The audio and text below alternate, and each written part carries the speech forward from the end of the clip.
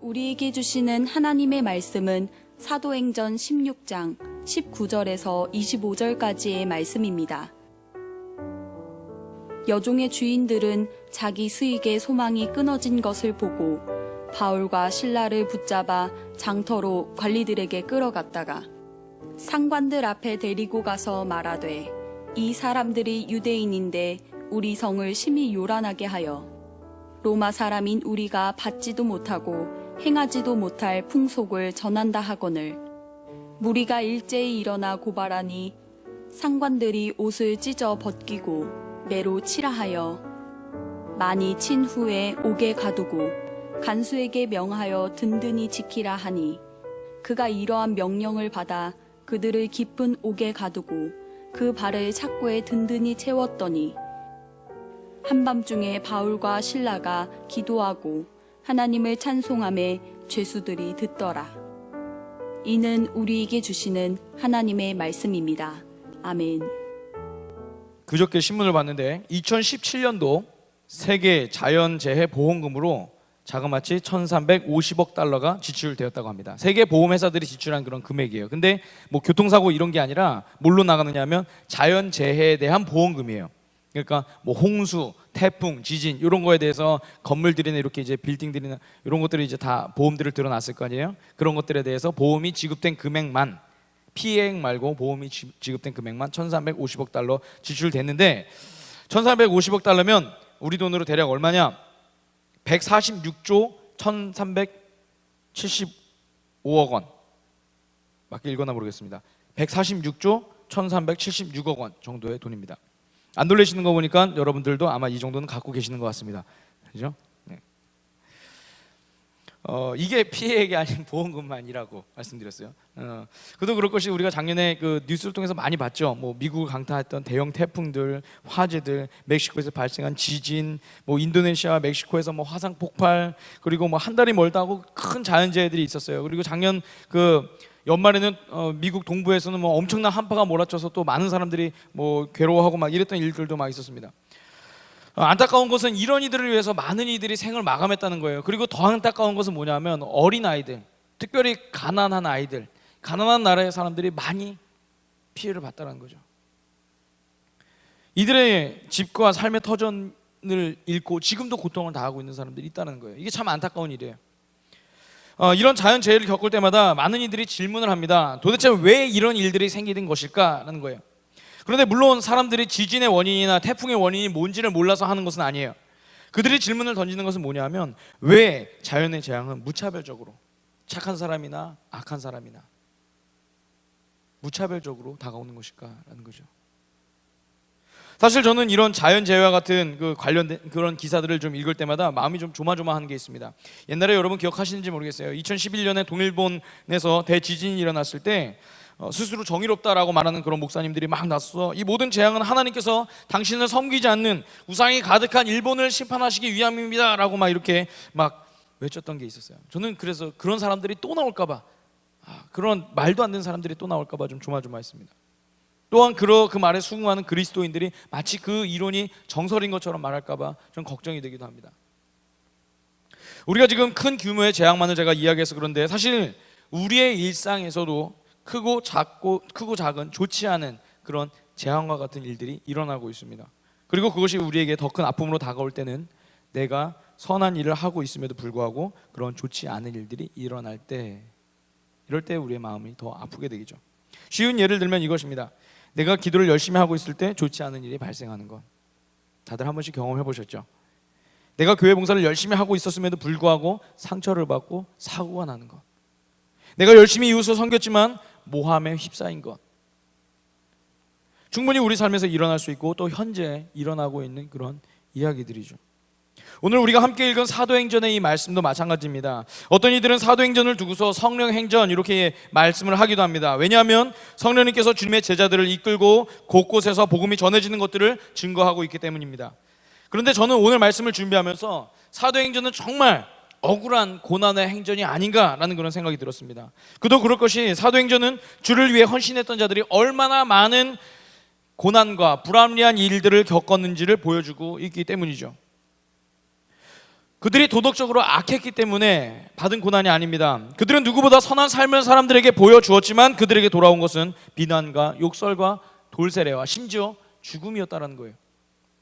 물론 당시 제자들을 심판하려 했던 이들은 하나님의 이름을 들먹이면서 그들이 하나님의 이름을 모욕했다라고 그렇게 외쳤습니다. 자기들 나름대로는 정의의 심판을 내렸다라고 그렇게 믿었죠. 그런데 실제 모습은 그와는 정반대였어요. 제자들은 희망이 없던 병자들을 고쳐줬고 귀신 들린 자를 치료했고 연약한 자들을 계속해서 섬겨줬습니다. 지극히 선한 일들을 그들이 했다라는 거예요. 마땅히 하나님으로부터 축복을 받고 사람들로부터 인정을 받고 칭찬을 받아야 되는데, 그런데 그들의 현실 속에서는 그런 것들이 일어나지 않고 하나님의 선하심과 자비하심이 아니라 세상으로부터의 박해와 핍박과 모욕이었다는 거예요. 당장 오늘 우리가 읽은 말씀만 보아도 그렇습니다. 여러분들 이 말씀은 아마 여러분들이 수없이 많이 들었을 그런 말씀입니다. 사도행전 16장의 이 말씀은 바울 사도가 현재 유럽 대륙으로 처음 건너가서 복음을 전한 그런 내용입니다. 바울 사도는 애초에 이쪽으로 올 계획이 없었어요. 자신이 나고 자라고 활동했던 그 터키 내륙 지역을 중심으로 해서 활동을 하려고 했었는데, 그런데 그쪽으로 가지 않고 성령님께서 계속해서 이 사람들을 유럽 쪽으로 인도하세요. 그리고 한 번도 가보지 않았던 곳, 자신들이 생각조차 하지 않았던 오늘날 마케도니아와 그리스 지역으로 이 바울과 그 실라가 이동을 하게 되죠. 그곳에서의 첫 출발은 굉장히 좋았습니다. 마케도니아의 첫 번째 제일 큰 도시인 그 빌립보에 도착해서 루디아라고 하는 옥감 장수를 만났고, 그리고 그들이 복음을 받아들였고 후원자가 되어 제자도 얻었고 머물 것도 얻었고 예배드릴 것도 다 얻었어요. 아마 이쯤 되면 저 같은 사람은 아마 이럴 거예요. 우쭐대면서 주님의 뜻에 따라왔더니 하나님이 역시 축복해 주신다, 막 이렇게 생각하면서 막 자랑하고 막 이랬을 것 같아요. 저는 그랬을 것 같아요. 그런데 곧 이들에게 그런 시련이 막 닥칩니다.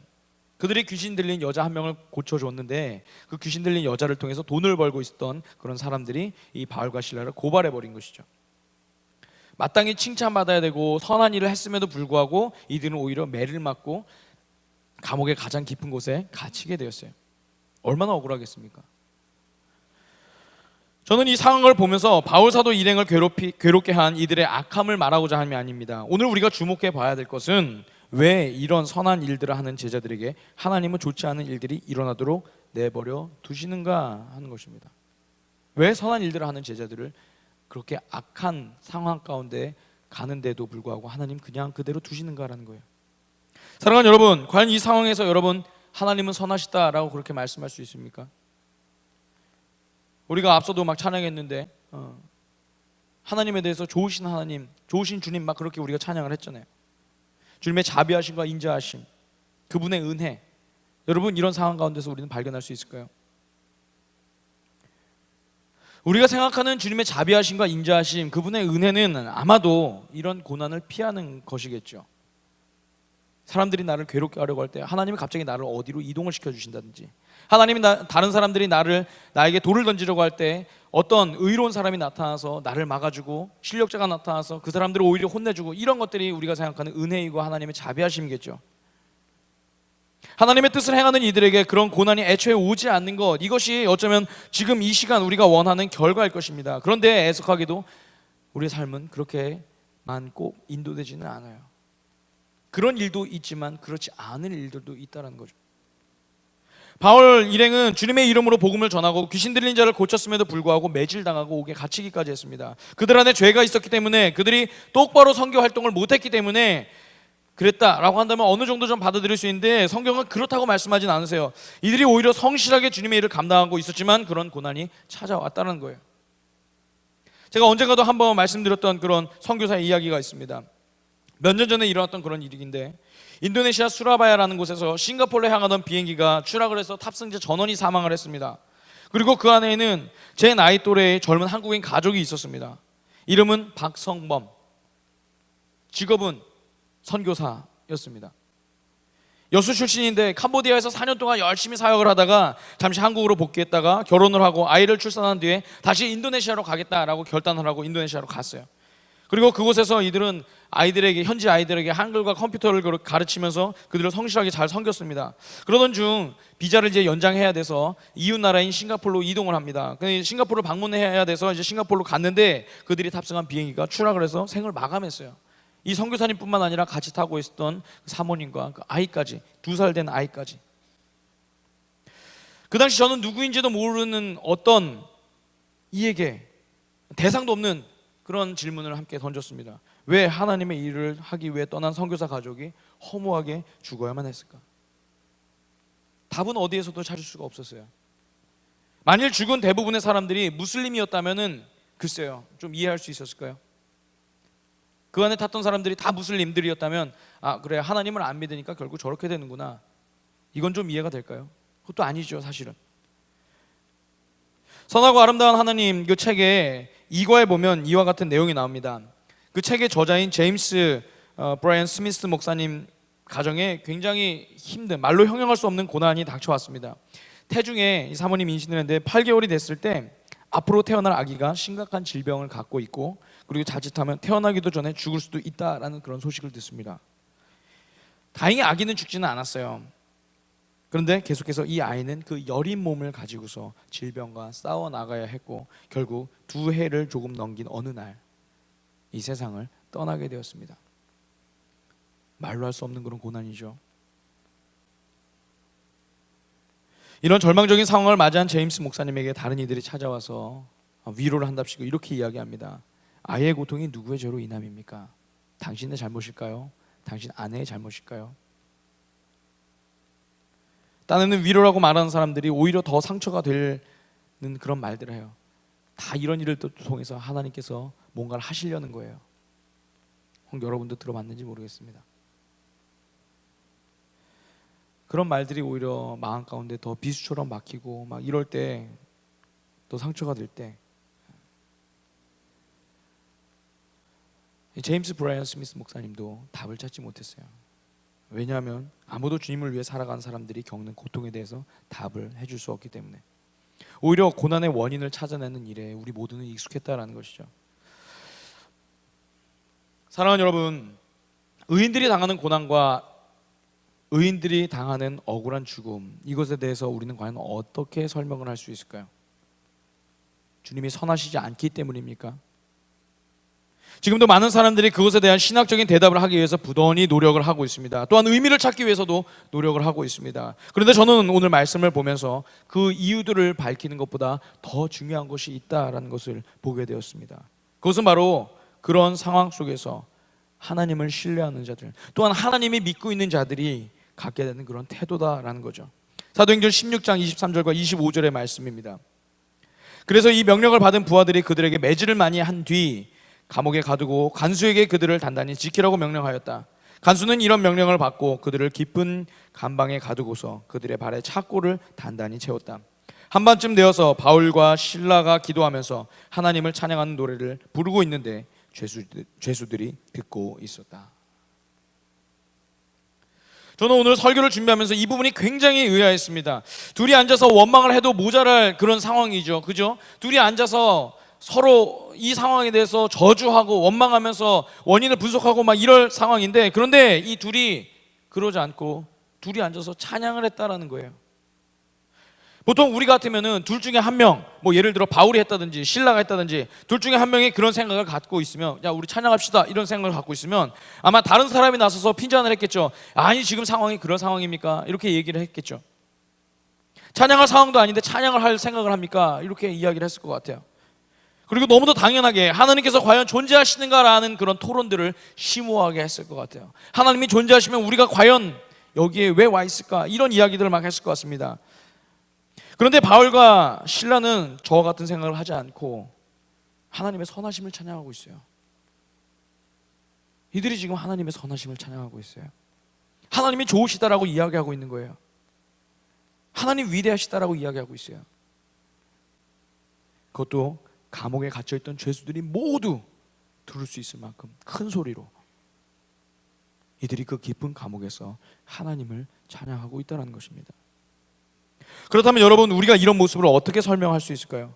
그들이 자신들이 매질을 당하고 갇힌 상황에 대해서 적절한 대답을 얻었기 때문일까요? 그들 스스로가 생각하기에도 잘못한 것이 있었기 때문에 그렇게 받아들인 것입니까? 아닙니다. 이들에게는 그런 원인들을 찾아내는 것이 중요하지 않았어요. 내가 왜 여기 와 있는가, 이것을 찾아내는 것이 중요하지 않았다는 거예요. 나에게 왜 이런 고난이 찾아왔는가? 왜 하나님은 나를 이대로 내버려 두셨는가? 이것을 찾아내는 것이 이들에게 중요하지 않았다는 거예요. 왜요? 이미 이들에게는 하나님께서 선하신 분이라는 확고한 믿음이 있었기 때문에. 그리고 그것은 자신들에게 나타나는 여러 상황들에 따라서 이렇게 됐다가 저렇게 됐다 하는 것이 아니라 하나님과의 관계 가운데서 이미 이들은 그 믿음을 가졌다라는 것입니다. 할렐루야. 할렐루야. 다 하나님께서 당신의 아들 예수 그리스도를 통해서 우리 가운데 이루셨던 일들에 대한 분명한 믿음과 고백이 있었던 바울 사도와 당시 제자들은 그래서 어떤 상황 가운데서도 담대하게 복음을 증거할 수 있었고, 자신들에게 좋지 않은 그런 상황이 펼쳐진다 할지라도 그것을 두고서 낙심하지 않을 수 있었다는 것이죠. 사랑하는 여러분, 오늘 우리가 살고 있는 이 삶은 늘 결과에 대한 원인을 분석하는 데 익숙한 그런 세상입니다. 물건이 적게 팔리면 왜 적게 팔렸는지, 사람이 적게 왔으면 왜 적게 왔는지, 이런 일들이 일어났으면 왜 이런 안 좋은 일들이 일어났는지, 이런 것들을 늘 분석해내는 그런 세상이에요. 또는 일부 성숙하다고 하는 이들은 그런 고난들을 통해서 좋은 일들이 이루어질 것이다 라고 하는 그런 불확실한 위로들도 또한 하기도 합니다. 물론 저는 이 모든 것들이 다 잘못되었다고 말씀드리고 싶지는 않아요. 그런데 그보다 우리가 더 주목해야 될 것은 뭐냐면, 오늘 말씀 속에 바울과 실라 그리고 사도행전에 나오는 많은 제자들이 갖고 있었던 하나님에 대한 믿음이다라는 거죠. 어쩌면 그것은 예수님께서 갖고 계셨던 하나님에 대한 믿음이라고 말할 수도 있습니다. 그 믿음은 우리를 결코 상황에 지배받도록 두지 않으십니다. 믿음을 거론하면서 제가 여러분들의 불만을 무마시키기 위해서 말씀드리는 것이 아닙니다. 이것은 왜 우리가 하나님을 믿는가 하는 근본적인 문제와 맞닿아 있기 때문에 그래요. 우리가 지금 왜 하나님을 믿는가라는 거죠. 여러분, 좋은 직장 갔기 때문에 하나님 믿고 있습니까? 여러분, 내 안에 돈이 많기 때문에 하나님을 믿고 있습니까? 여러분, 오늘 내 삶이 예수님을 믿으면 평안해질 것 같아서, 내 삶이 다 잘 될 것 같아서 여러분 예수님 믿고 있나요? 우리가 예수님을 믿는 근본적인 이유는 그것이 아니잖아요. 이미 그분께서 우리 가운데 행하셨던 모든 것들이 우리에게 선하다, 우리의 기준이 아닌 주님의 기준 안에서 우리가 그것들을 받아들이고 믿기 때문에 우리가 주님을 믿는 것이죠. 이해를 돕기 위해서 이런 예를 좀 드리도록 하겠습니다. 제가 아빠로서 가장 기분이 좋을 때, 그것은 아이들로부터 제가 좋은 아빠라는 그런 이야기를 들을 때입니다. 요즘에 저희 아이들이 조금 저한테 좀 서운해합니다. 왜 서운해하면은 같이 많이 못 놀아준다고. 캐나다에 있을 때는 그래도 좀 더 많이 놀아줬었거든요. 많이 놀아줬는데 그런데 요즘에는 이제 잘 못 놀아준다고 좀 서운해합니다. 물론 이제 제가 아이들에게 이제 기적과 같은 일을 아이들에게 막 이제 벌일 때가 있어요. 아이들 입장에서 기적 같은 일이에요. 아이스크림을 제가 이렇게 손에 들고 들어가서 아이스크림 먹자 이렇게 한다든지 그러면 이제 난리가 나죠. 난리가 나죠. 제가 작년에 아이들 한국에 처음 왔을 때 목걸이 핸드폰을 사줬어요. 뭐 대단한 거 아닌데 목걸이 핸드폰 사주니까 애들이 그날 이제 엄마가 먼저 가서 애들 주고서 그다음에 제가 이제 퇴근해서 이제 딱 갔더니 애들이 난리가 났어요. 아니 저를 거의 뭐 신처럼 대접을 이렇게 하더라고요. 핸드폰 사줬다고. 네. 그런데 꼭 그런 일들을 통해서만 제가 좋은 아빠로 대접받는 것은 아닙니다. 제가 하루 종일 일을 하고 아이들에게 아무런 일을 하지 않았음에도 불구하고 저와 아이들 사이에는 좋은 아빠와 사랑하는 자녀들의 관계가 계속해서 형성되어 왔어요. 우리 안의 믿음도 바로 이런 거예요. 주님과의 우리의 관계도 과연 이래야 된다라는 것입니다. 예수님 당시에 사람들은 주님께서 행하시는 기적을 보면서 하나님의 위대하심에 대해서 찬양을 합니다. 그리고 구름대처럼 예수님 주위로 막 몰려들어요. 그런데 예수님은 그런 무리들을 보면서 믿음이 있다라고 말씀하지 않으세요. 왜냐하면 그들은 좋은 것들, 자신들이 원하는 것들을 보았기 때문에. 지난주까지 저희가 나눴던 그 카일 아이들만 목사님의 책, 그 나라 팬의 그 프롤로그에 보면은 그런 이들에 대해서 이 카일 아이들만 목사님이 이렇게 정의합니다. 그들은 팬이다라고 그렇게 정의합니다. 그들과 하나님 사이에는 어떤 올바른 관계도 형성되어 있지 않았고 좋으신 하나님에 대한 고백도 굉장히 심각할 정도로 왜곡되어 있었던 거죠. 그래서 이들은 십자가 앞에서 돌변을 합니다. 저거는 내 길이 아닌데, 저거는 선하지 않은데, 저기 하나님이 계시면 나는 안 가겠어. 돌아서죠. 이것이 그들이 갖고 있었던 믿음의 정체였어요. 하나님과의 관계에 집중된 것이 아니라 자신들의 소원에 집중된 이들은 그것이 믿음이다라고 생각을 했어요. 소원이 이루어지는 것이 믿음이다라는 거죠. 하나님과의 관계 가운데서 믿음을 발견하지 못한 그 사람들. 사랑하는 여러분, 어쩌면 우리의 믿음도 이와 같지는 않은지 우리가 한번 돌아봐야 될 것입니다. 여전히 좋은 상황만을 바라보고 예수님을 믿겠다라고 한다면, 여러분, 우리가 누리는 축복만이 우리 믿음의 바로미터라고 한다면 우리는 이 혼란스러운 시대에 믿음을 올바로 갖기가 굉장히 어려울 것입니다. 바울 사도 일행이 복음을 전하다가 억울한 일을 만났음에도 찬양을 계속해서 드릴 수 있었던 것, 주님께서 십자가를 지시기까지 갖고 계셨던 그 믿음, 그것을 갖기 위해서 오늘 우리는 내 주변에 일어나고 있는 상황과 현상에 집착하지 말고 선하신 하나님 아버지와의 관계를 더 깊이 갖는 일에 최선을 다해야 할 것입니다. 할렐루야. 오늘 여러분들의 삶 가운데 주님이 어떤 분이신가를, 내 삶 속에서 주님은 과연 어떤 분이신가를 질문하고 그것에 대한 답을 찾아나가는 저와 여러분 되시길 주님의 이름으로 축원합니다. 마지막으로 제임스 목사님이 인용한, 선하고 아름다운 하나님의 저자였던 그 제임스 브라이언 스미스 목사님이 인용하는 그 어거스틴의 고백을 저도 인용하고 오늘 설교를 마치도록 하겠습니다. 우리는 왜 하나님의 심판이 착한 사람은 가난하게 살고 악한 사람은 부자로 살게 내버려 두는지 알지 못한다. 왜 악인이 건강하고 신앙이 좋은 사람은 오히려 질병으로 쉽게 죽는지 알지 못한다. 그마저 일관성도 없다. 의로운 사람들이 큰 부를 누리고 악한 사람들이 가난하게 사는 모습도 볼 수 있다.